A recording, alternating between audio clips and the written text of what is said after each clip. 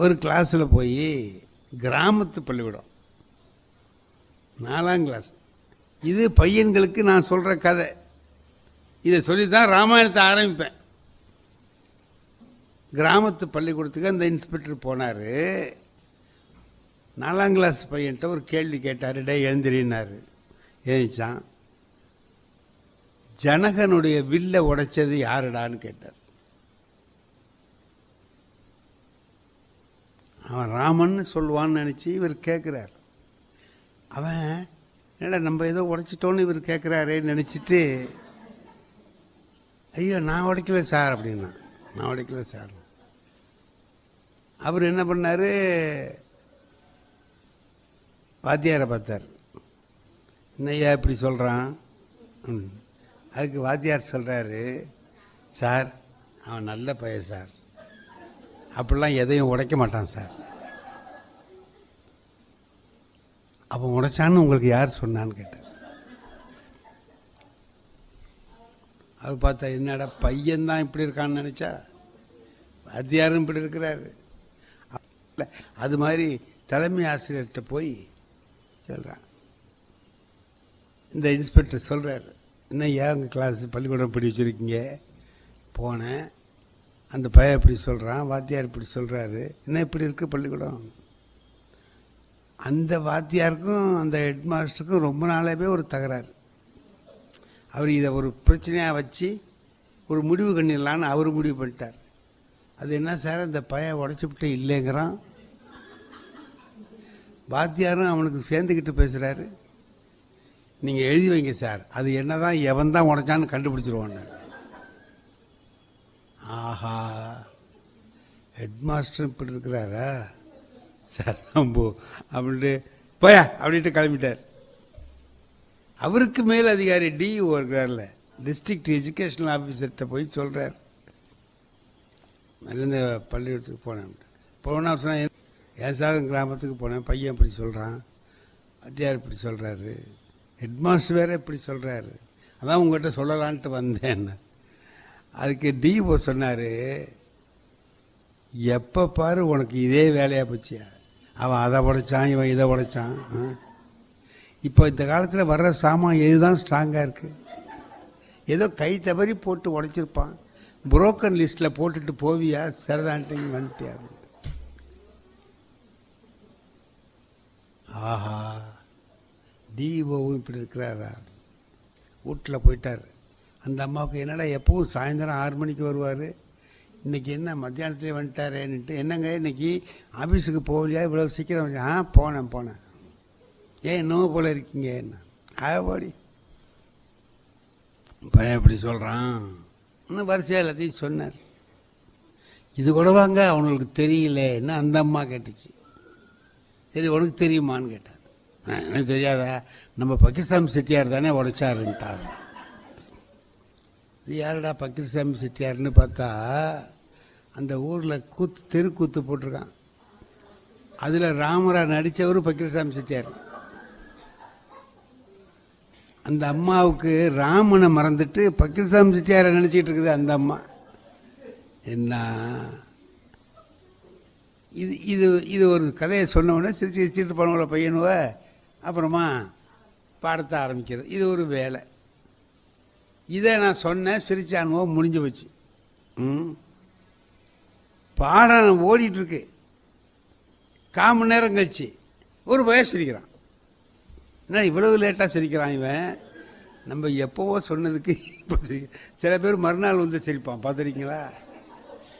என்னடா திடீர்னு சிரிக்கிறானேன்னு இல்லை, நேற்று நீங்கள் சொன்னீங்கல்ல, அதுக்கு அப்போ சிரிக்காமல் இன்னைக்கு வந்து சிரிக்கிறானேன்னா. எதையும் யோசித்து செய்யணும் சார் அப்படிமா, எதையும் யோசித்து செய்யணும். அப்போ அவன் என்னடா சிரிக்கிற, எழுந்துடுறா, என்னடா சிரிக்கிற? வேணாம் சார், வேணாம் சார், சொல்கிறா அப்படின்னு சொல்கிறான். இல்லை சார், நீங்கள் இன்னைக்கு இந்த கதை சொல்லுவீங்கன்னு இவன் சொன்னான் சார்.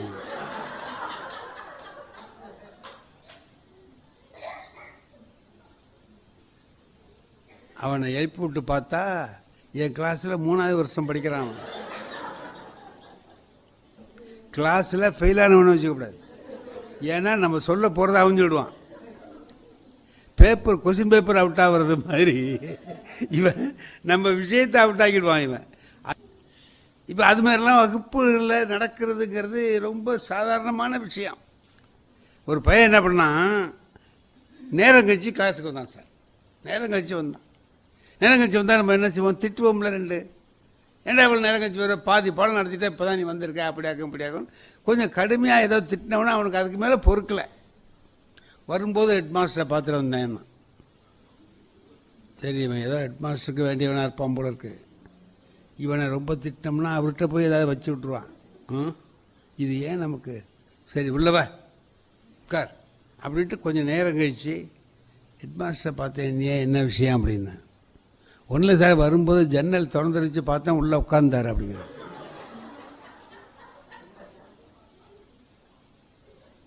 அதாவது அவன் சொன்னதை நம்ம நினச்சி பார்த்தோம்னா என்ன, ஏதோ அவர்கிட்ட கொஞ்சம் நேரம் பேசி இருந்துட்டு வந்த மாதிரி சொல்கிறான்.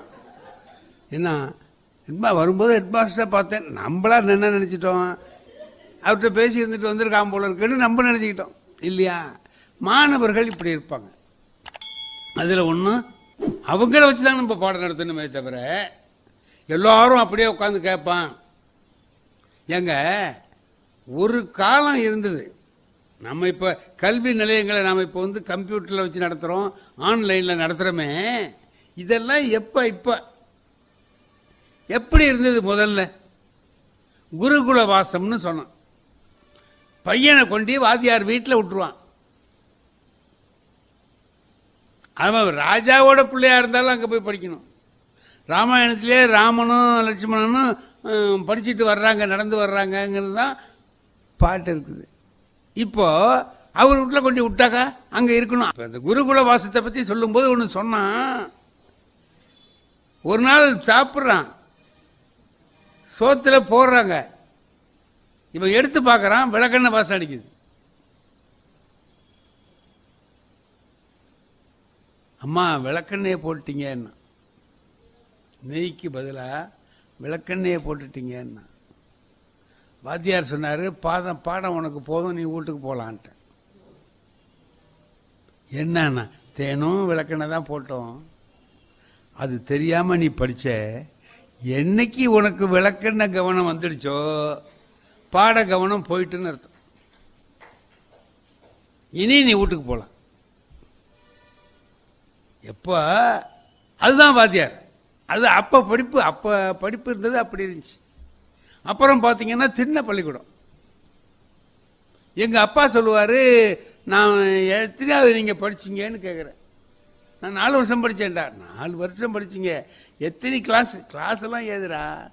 அவர் விட்டு திண்ணையில் உட்காந்துருப்போம், நாங்கள் ஒரு 10 பேர் தான் அங்கே போய் உட்காந்துருப்போம். 4 வருஷம் எங்களுக்கு பாடம் நடத்தினார். இங்கிலீஷ் எழுதுவார், தமிழ் எழுதுவார், கால் வாய்ப்பாடு தெரியும், அரை வாய்ப்பாடு தெரியும், இதெல்லாம் எங்கள் அப்பாவுக்கு தெரியும். இது சின்ன பள்ளிக்கூடம் இருந்துச்சு. அதுக்கு பிறகு பார்த்தீங்கன்னா வாத்தியாரும் மாணவரும் ஒரு இடத்துல வந்து சேர்றது வருது. 2 பேரும் ஒரு இடத்துல வந்து கூடியிருந்து படிக்கிறது. இதுதானே ஸ்கூல், இதுதான் ஸ்கூல். அதுதான் இன்னைக்கு நம்ம எல்லாமே பள்ளின்னு சொல்கிறோம். தொடக்கப்பள்ளி, நடுநிலை பள்ளி, மேல்நிலை பள்ளி, உயர்நிலை, இதில் சொல்கிறதுக்கு அந்த பள்ளிங்கிறது அதுதான். அதில் கூப்பிட்டு வச்சு பாடம் நடத்தினான், வாங்க எல்லாரும் உட்காருங்க படிங்க. இப்போது அது இப்போ என்னவா ஆயிட்டு, ஆன்லைன் ஆயிடுச்சு. ஆன்லைனில் உட்கார்ந்து படிக்கிறான். இப்போ நம்ம பெற்றோர்களுக்கெல்லாம் இப்போ என்ன ஆயிடுச்சு, ஒரு கவனம் வந்துட்டு படிப்பில் கவனிக்கிறாங்க, பார்க்குறாங்க பிள்ளை எப்படி படிக்கிறான். தெரியாத அந்த அம்மா சொல்லிக் கொடுக்குறாங்க. சில சமயத்தில் அம்மா அவங்களுக்கு தெரிஞ்சதை சொல்லி கொடுத்துட்றாங்க. அது தப்பாக போயிடுது. என்ன நாங்கள்லாம் அப்போ அப்படி தாண்டா படித்தோம் அப்படிங்கிறாங்க. நீ படித்தது சரி, இப்போ எங்களுக்கு இது சொன்னால் எங்கள் டீச்சர், நீங்கள் டீச்சரை பற்றி சொன்னீங்கல்ல, டீச்சர்கிட்ட அவ்வளவு மரியாதையாக இருப்பாங்கன்னு நம்ம செயலாளர் சொன்னாங்க பாருங்கள், உண்மை. என் பேத்தி சின்ன பிள்ளையா இருக்கிற காலத்தில் ஒரு ரோஜா பூவை இங்கே வச்சுருந்தா, பின்னால் வைக்காமல் இங்கே வச்சிருக்கியேன்னு. எங்கள் டீச்சர் இப்படி தான் வச்சுருப்பாங்கங்கிறா. அதாவது அவங்க சொல்கிறது மட்டும் இல்லை, அவங்க எப்படி இருக்கிறாங்களோ அது மாதிரி நடக்கணுங்கிற எண்ணமும் வந்துச்சு. ஆசிரியரை பின்பற்றுகிற புத்தி வந்துச்சு. இதை எல்லாத்தையுமே நாம் என்ன செய்கிறோம், அந்த ஆசிரியர் அப்போ எப்படி இருக்கணும் அப்படின்னா, அவரு மலை மாதிரி இருக்கணும்மா, மலர் மாதிரி இருக்கணும்மா, என்னமா இருக்கணும், பார்த்தா மலைக்கிற மாதிரி இருக்கணும். இவர் மாதிரிலாம் யாராலையும் இருக்க முடியாதுடா. ஒருத்தனை கேட்டானா, கடலை யாராலும் தாண்ட முடியாது. நானா ஏன் எங்கள் வாத்தியாரால் கூடவா முடியாது அப்படின்னா, அப்படின்னா அவங்க வாத்தியாரால் முடியும்னா, வாத்தியாரால் முடியாது எதுவுமே கிடையாது. எதையும் எங்கள் வாத்தியாரால் செய்ய முடியும் அப்படிங்கிற எண்ணத்தை வாத்தியார் உண்டாக்கி இருக்கணும். உண்டாக்குனாங்க. எனக்கு ஆசிரியர் இருந்தார், சாமிநாத ஐயர்னு அவருக்கு பேர், சாமா சார்னு எல்லாரும் சொல்லுவாங்க. ஏழ்மையில் இருந்தார். அதாவது எவ்வளவு சம்பளம்னு கேட்டிங்கன்னா 100 ரூபாய்க்குள்ள சம்பளம். நான் வேலையில் போய் சேர்ந்த போது எனக்கு 30 ரூபா சம்பளம். சம்பளம் 30, அலவன்ஸ் ஒரு 35, 65 ரூபா. ஒரு வருஷத்துக்கு இன்க்ரிமெண்ட் எவ்வளவு தெரியுமா, 50 காசு. 30 அரை 33ங்கிறது ஸ்கேல் ஆஃப் பே. 65 66 ரூபா ஒரு மாதத்துக்கு சம்பளம் வரும். பெரும்பாலும் அப்படி இருந்துச்சு. அப்புறம் ஹைஸ்கூலுக்கு வந்து அது பார்க்குற போது 150 200 ரூபா 300 இவ்வளவுக்குள்ளே தான் வந்துச்சு. ஆனால் ஆசிரியர்கள் எப்படி இருந்தாங்க அப்படின்னு கேட்டால், இந்த சம்பளம் குறைச்சலாக இருந்ததுனால அவங்களுடைய மதிப்பு குறையல, மதிப்பு குறையல. நாகூர்ல நான் படித்த காலத்தில் யார் வீட்லையாவது கல்யாணம்னு சொன்னால், இன்னைக்கு நீங்கள் எப்படி முதல் பத்திரிகையை கொண்டு போய் சாமி கிட்ட வச்சு எடுத்துட்டு வரீங்கல்ல, எங்க நாகூர்ல என்ன செய்வான், முதல் பத்திரிகை சாமாசாருக்கு தான் எழுதுவான். சாமிநாத ஐயர், டேய் சாமாசாருக்கு பத்திரிகைடா முதல்ல எழுது அப்படிமா. மஞ்சளை தடவிய சாமாசார் சாமிநாத ஐயர்னு எழுதி கொண்டு வந்து கொடுத்தார். கடைக்கு போவார், அவர் தர்காவுக்கு போவார் தினம். அங்கே எல்லாருமே போவாங்க, எந்த வேறுபாடும் கிடையாது. மிதியடி கட்டை தான் போட்டிருப்பார், செருப்பு இல்லை, கட்டை. டக்கு டக்குன்னு சத்தங்க அவர் நடந்து வந்தார். அவர் போகும்போது இந்த கடை வெத்தலை பாக்கு கடைக்காரர் என்ன செய்வார், வெத்தலை சீவல் எல்லாத்தையும் எடுத்து வச்சு மடிப்பார், மடித்து பக்கத்தில் வச்சுக்குவார். அவர் திரும்பி வரும்போது ரோட்டில் இறங்கி போய் அவர் கையில் இதை கொடுப்பார். இதை வாங்கிக்கிட்டு சாமா சார் என்ன செய்வார் தெரியுமா, பையில் கையை விட்டு இப்படி ஆட்டுவார். காசு எடுக்கிறாராம். இல்லை அங்கே காசு எவ்வளவுப்பா அப்படிம்பார். நீங்கள் போங்க சார்.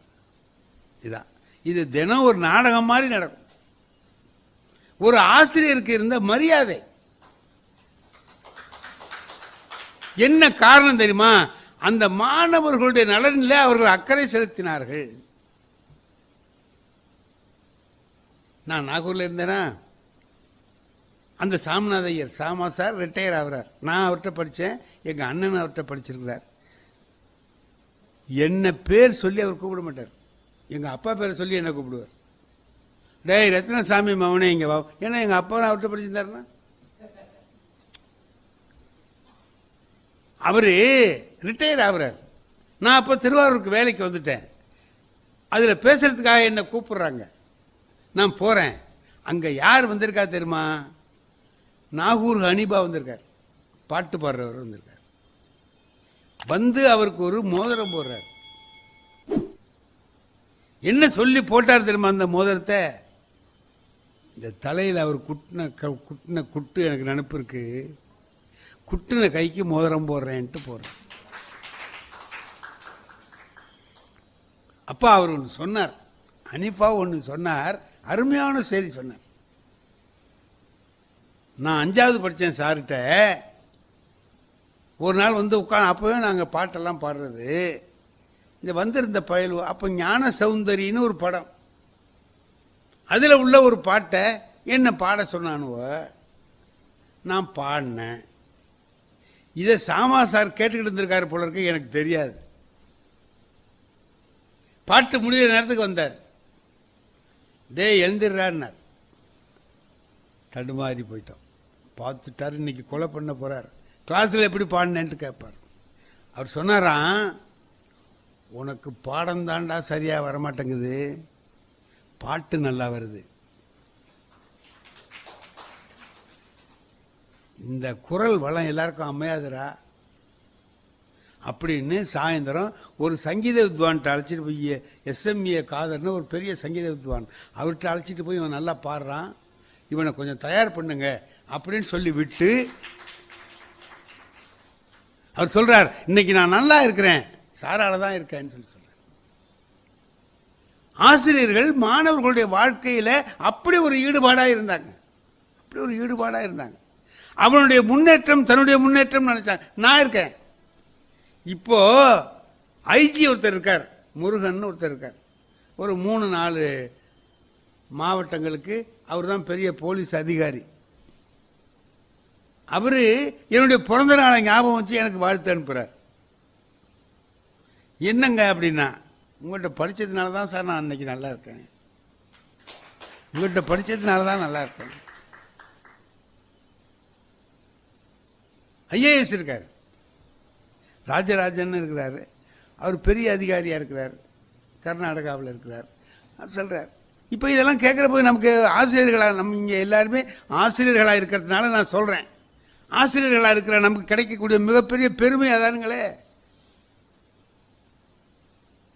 எங்கே போனாலும் சொல்கிறான்ல நம்மளை, நான் உங்கள்கிட்ட தான் படிச்சு அந்த அந்த ஐஜி நான் பேசுகிறதுக்கு பிள்ளையார்பட்டிக்கு போயிருந்தேன்.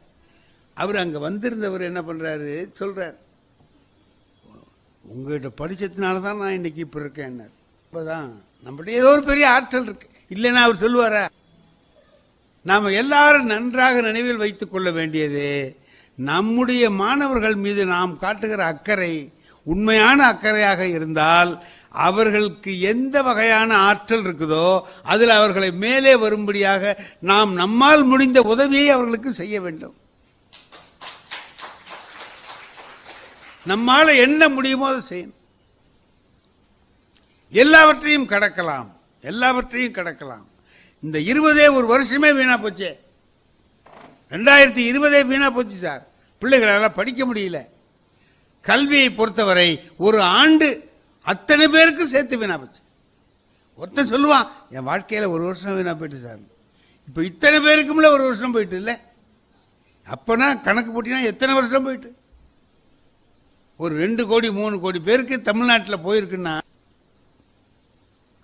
எவ்வளவு நம்ம இழந்திருக்கிறோம்.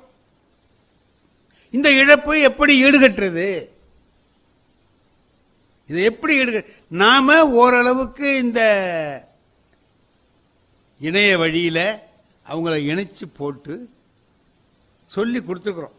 சும்மா இல்லை, நம்மால முடிந்ததெல்லாம் செஞ்சிருக்கிறோம், நம்மால முடிஞ்சதெல்லாம் செஞ்சிருக்கிறோம். அந்த பிள்ளைகளை கொஞ்சம் கவனமா இருக்கிறதுக்கு ஏற்பாடு பண்ணியிருக்கிறோம். சரி, போதுமா?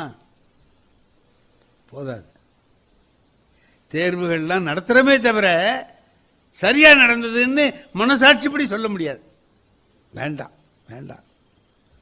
சரி, இதை தாண்டி வந்தாச்சு, முடிஞ்சு போச்சு. எல்லாமே கடந்து போகும்னா வாழ்க்கையில் 2ம் உண்டு தான். நாம் அதுக்காக எதையும் நிறுத்திறதில்லை, எதுவும் நின்று போகவில்லை. 20 பட்ட துன்பங்கள் நமக்கு என்ன செய்யும்? 21 எப்படி இருக்கணுங்கிறத காட்டும். எப்படி இருக்கணும்? எனக்கு அந்த கடத்தரில் எல்லாம் எல்லாரும் எந்த கவலையும் இல்லாம நெருக்கி அடிச்சுக்கிட்டு போறான், முகக்கவசமே இல்லை. அதாவது எல்லாமே சரியா போச்சு, இனிமே நம்ம எப்படி வேணாலும் இருக்கலாங்கிற மனநிலைக்கு மக்கள் வந்துட்டாங்க. இல்லை, இன்னும் கொஞ்ச நாளைக்கு நாம கவனமா இருந்து அவைகளை எல்லாம் நீக்க வேண்டும். கெடுதல்ல ஒரு நல்லது, கேட்டினும் உண்டு ஓர் உறுதி, கிளைஞரை நீட்டி அளப்பதோர் கோல்னா. கெடுதல்ல ஒரு நல்லது இருக்குடான்னார் திருவள்ளுவர். ஒருத்தனுக்கு வர்ற கேட்லியே ஒரு நல்லது இருக்கு. என்னன்னா, எவன் உனக்கு வேண்டியவன் எவன் வேண்டாதவன் அப்பதான்டா தெரிஞ்சுக்கலாம். எவ்வளவு துன்பம் இருந்தாலும் ஓடி வந்து உதவி செய்யறான் பாருங்க ஒருத்தன், அப்ப பயந்துட்டு விட்டுட்டு ஓடுறான் பாருங்க ஒருத்தன். இவன் யார் ஓடுவான் எவன் ஒடியாருவாங்கிறத தெரிஞ்சுக்கலாம். இந்த நோய் நமக்கு அப்படிப்பட்ட நண்பர்கள் யார் எதிரிகள் யார் காட்டுச்சுல, நமக்கு காட்டுச்சுல. நம்ம ஒரு ஞானத்தை அடைந்திருக்கிறோம் என்று சொன்னால் அதை வாழ்க்கையில விடாமல் பின்பற்றினால்தான் வாழ்க்கை சுகமாகவும் இனிதாகவும் பயனுடையதாகவும் அமையும். ஆகையினாலே 20 பெற்ற பாடம் 21 நாம் நடைமுறையிலே கொண்டு வந்தால் சரியாப்படும். 21 கொஞ்சம் கூடுதலான பணிகளை செய்ய வேண்டும், விடுமுறைகளை குறைத்து கொள்ள வேண்டும், மாணவர்களிடத்தில் இன்னும் அதிகமான கட்டுப்பாட்டை உருவாக்கி நன்றாக படிப்பதற்குரிய வேலையை ஒரு பெரிய யாகம் மாதிரி, ஒரு வேள்வி மாதிரி நடத்த வேண்டிய நிலையிலே ஆசிரியர்களாகிய நாம் எல்லோருமே இருக்கிறோம். மாணவர்களை விளையாட ஆரம்பிச்சுட்டான் பாருங்க, மறுபடியும் இந்த சம்மர் வெக்கேஷன் முடிஞ்சு பள்ளிக்கூடத்துக்கு வரும்போது கஷ்டப்பட்டு வருவான். அது மாதிரி இப்போ ரொம்ப அலைஞ்சிட்டான், ரொம்ப ஃப்ரீயாக இருந்துட்டான். அவனை கொண்டாந்து சேர்க்கறதுங்கிறது ஒரு கஷ்டம். உங்களுக்கெல்லாம் பரவாயில்லை, தொடக்கப்பள்ளி நடுநிலைப் பள்ளியில் உள்ள ஆசிரியர்களுக்கு இன்னும் பெரிய கஷ்டம். அவர்களை கொண்டு வந்து இதில் பயன்படுத்துவது என்பது. ஆகையினாலே பெரிய பணி நம் முன்னாலே இருக்கிறது, அதை செய்தாக வேண்டிய நிலையிலே நாம் இருக்கிறோம் என்பதை சொல்லி, அருமையான ஒரு வாய்ப்பு. ரொம்ப நாளாச்சு இவ்வளவு பேரை பார்த்து பேசி. நாங்கள் அந்த இதில் பேசுகிறோம், இணைய வழியில் ஆன்லைனில் மீட்டிங்லாம் நடத்துகிறோம். ஆனால் யாரை பார்க்கறது? நானாக உட்காந்துட்டு பேசிகிட்டே இருப்பேன். என்ன அவர் கடைசியில் சொல்வார், நல்லா இருந்துச்சு சார். அவர் வெளில எங்கேயா போயிருப்பார், இடையிலேயே லீவ் அப்படின்னு வந்தது, லெஃப்ட் அவர் போயிட்டாருன்னு வந்திருக்கு. அது சொல்கிறான், சார் இன்னைக்கு உங்கள் பேச்சு மாதிரி இது வரைக்கும் நீங்கள் பேசுனே இல்லை சார் அப்படிமா. ரொம்ப நல்லது, நீ யார் பேச்சடா சொல்கிறப்பா அப்படின்னு சொல்லிட்டு கேட்டுருக்கு.